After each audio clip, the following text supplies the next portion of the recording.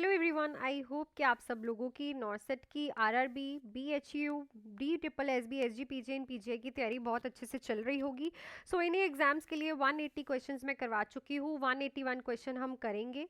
Last time मैंने आप लोगों से ये क्वेश्चन पूछा था, तो पहले हम ये डिस्कस करते हैं और नए क्वेश्चन की तरफ चलते हैं। Happy Basant Panchami to everyone. में सरस्वती माँ आपको बहुत आशीर्वाद दे और आप लोगों के एग्जाम्स क्लियर हो। तो चलो पहले क्वेश्चन है, a priority nursing intervention for a patient with the suspected bowel obstruction. अगर किसी का बावल ऑब्स्ट्रक्शन है, प्रायोरिटी नर्सिंग इंटरवेंशन पेशेंट के लिए क्या रहेगी?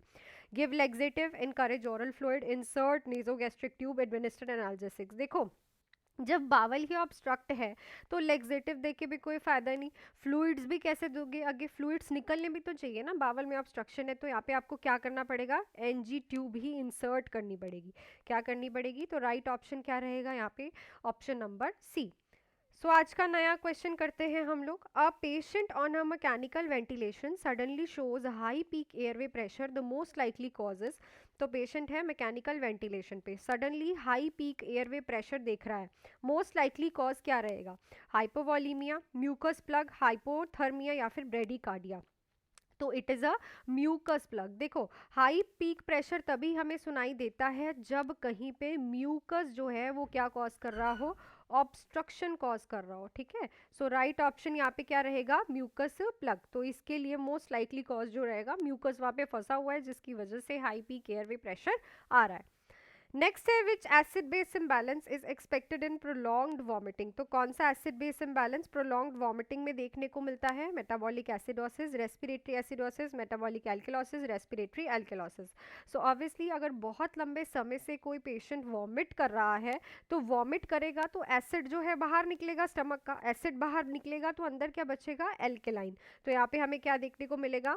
Metabolic alkalosis. ठीक है, और इससे से ही ऑपोजिट डायरिया होता है। नेक्स्ट है, patient with syndrome of inappropriate anti diuretic hormone most likely to develop. तो क्या होगा पेशेंट को? SIADH, हाइपरनेट्रीमिया, hyponatraemia, हाइपरकेलीमिया, हाइपोकेलेसीमिया। सो जब सिंड्रोम ऑफ एंटी डायूरेटिक मतलब एंटी डायूरेटिक हार्मोन बहुत ज़्यादा है तो इट मीन्स वाटर रिटेंशन ज़्यादा हो रही है बॉडी में।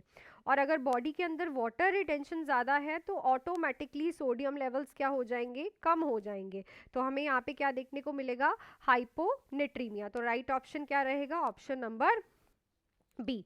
नेक्स्ट है, the earliest sign of acute transfusion related lung injury. So highest जो अर्लीस्ट साइन कौन सा होता है एक्यूट ट्रांसफ्यूजन रिलेटेड इंजरी का, लंग इंजरी का?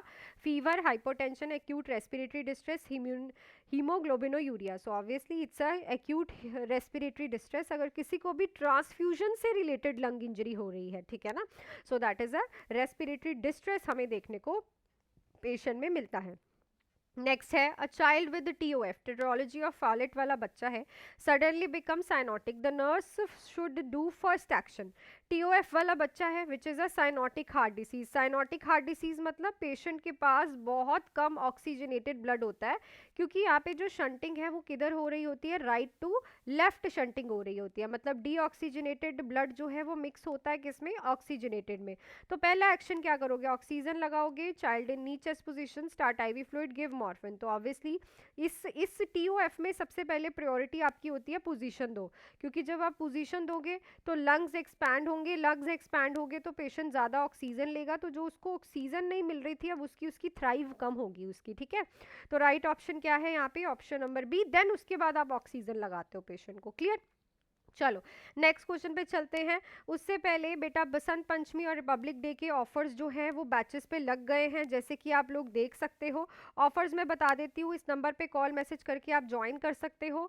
For NORCET, for RRB, DSSS, इन सारे एग्जाम्स के लिए full theory, MCQs, test series, doubt classes, live and recorded. 4 months का बैच अब ओनली 2199 एंड 6 मंथ्स का बैच ओनली 3199 में आप ज्वाइन कर सकते हो। और अगर आपको only MCQs and test series चाहिए तो 899 फॉर 2 मंथ्स। ठीक है, ये बसंत पंचमी और रिपब्लिक डे के ऑफर्स है, तो ये ऑफर्स आपके बहुत ही लिमिटेड टाइम के लिए हैं। ठीक है, तो आप लोग जुड़ सकते हो मेरे साथ, और ये ऑफर स्पेशली आप लोगों के लिए लगाए गए हैं, इन्हीं बच्चों की तरह तैयारी करने के लिए, इन्हीं बच्चों की तरह सिलेक्ट होने के लिए भी। ठीक है, सो नेक्स्ट क्वेश्चन पे हम लोग चलते हैं।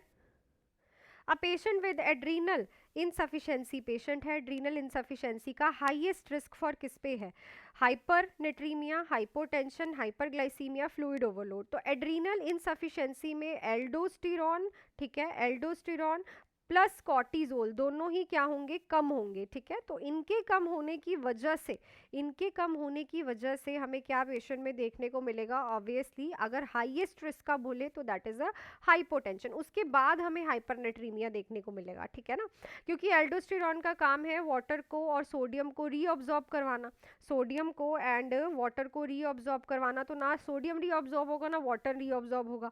और कॉर्टिजोल का काम है बीपी को भी रेगुलेट करना, शुगर को भी रेगुलेट करना। अब शुगर भी रेगुलेट नहीं होगी तो हाइपोग्लाइसीमिया होगा, ना कि हाइपरनेट्रीमिया। और फ्लूइड ओवरलोड भी नहीं होगा क्योंकि वाटर और सोडियम को रीअब्जॉर्ब करवा रहा है एल्डोस्टेरॉन।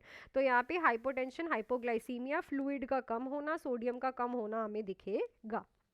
नेक्स्ट है which finding is most specific for the diagnosis of pulmonary embolism. Pulmonary embolism के डायग्नोज के लिए कौन सा स्पेसिफिक फाइंडिंग है, chest pain, tachycardia, elevated D dimer या फिर sudden hypoxia. So it is a elevated D dimer. ये आपके प्रीवियस ईयर पेपर में क्वेश्चन आया हुआ है, बहुत इंपॉर्टेंट है, इसको याद कर लो।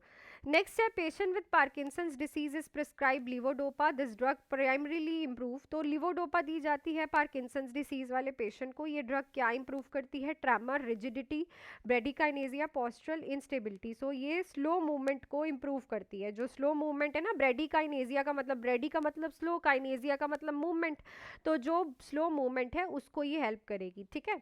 नेक्स्ट है the priority assessment after insertion of central venous catheter is to check. तो प्रायोरिटी असेसमेंट क्या रहती है, सेंट्रल वीनस कैथेटर इंसर्ट करने के बाद इन्फेक्शन, नीमोथोरिक्स, थ्रोम्बोसिस, एयर एम्बोलिज्म। याद रखो सेंट्रल वीनस कैथेटर का सबसे पहला जो रिस्क होता है दैट इज नीमोथोरिक्स, ठीक है, air filled in the pleural cavity, thoracic cavity में एयर फिल्ड होना, सबसे पहले आपने ये चेक करना होता है, ठीक है। चलो नेक्स्ट है अ patient with acute stroke is not a candidate for a thrombolytic therapy if. अगर किसी को एक्यूट स्ट्रोक हुआ है तो उसको थ्रोम्बोलिटिक थेरेपी नहीं चलेगी इफ उसका ऑनसेट 4.5 घंटे से ज़्यादा है, बीपी 150/70 है, ब्लड ग्लूकोज 120 है, एज 60 से ज़्यादा है। तो बताओ किस पर्सन को यहाँ पे आप थ्रोम्बोलिटिक थेरेपी नहीं चलाओगे पर पेशेंट को एक्यूट स्ट्रोक भी है। तो आई थिंक सारे क्वेश्चंस आज भी आप लोगों को बहुत अच्छे से क्लियर हो गए होंगे। कल करेंगे हम इनसे भी अच्छे क्वेश्चन। टिल देन आप इन ऑफर्स में मेरे साथ जुड़ सकते हो बेटा। बेस्ट ऑफर्स है आप लोगों के लिए, इस नंबर पे आप लोग कॉल मैसेज करके आज ही, ठीक है, ज्वाइन कर सकते हो। MCQs एंड टेस्ट सीरीज का batch only 899 for 2 months and 4 months batch for 2199, 6 months batch for 3199। Republic day और वसंत पंचमी के ऑफर्स लगे हैं बैचेस पे। बहुत ही अच्छी क्लासेस हो रही हैं, लाइव एंड रिकॉर्डेड हैं क्लासेस, थ्योरी है, MCQs है, टेस्ट सीरीज है, नॉन नर्सिंग क्लासेस हैं और रिव्यूज़ भी आप देख सकते हो, सिलेक्शंस भी आप लोग देख सकते हो। सो मिलती हूँ नेक्स्ट क्लास में। Till then do hard work, make your parents proud and all the best.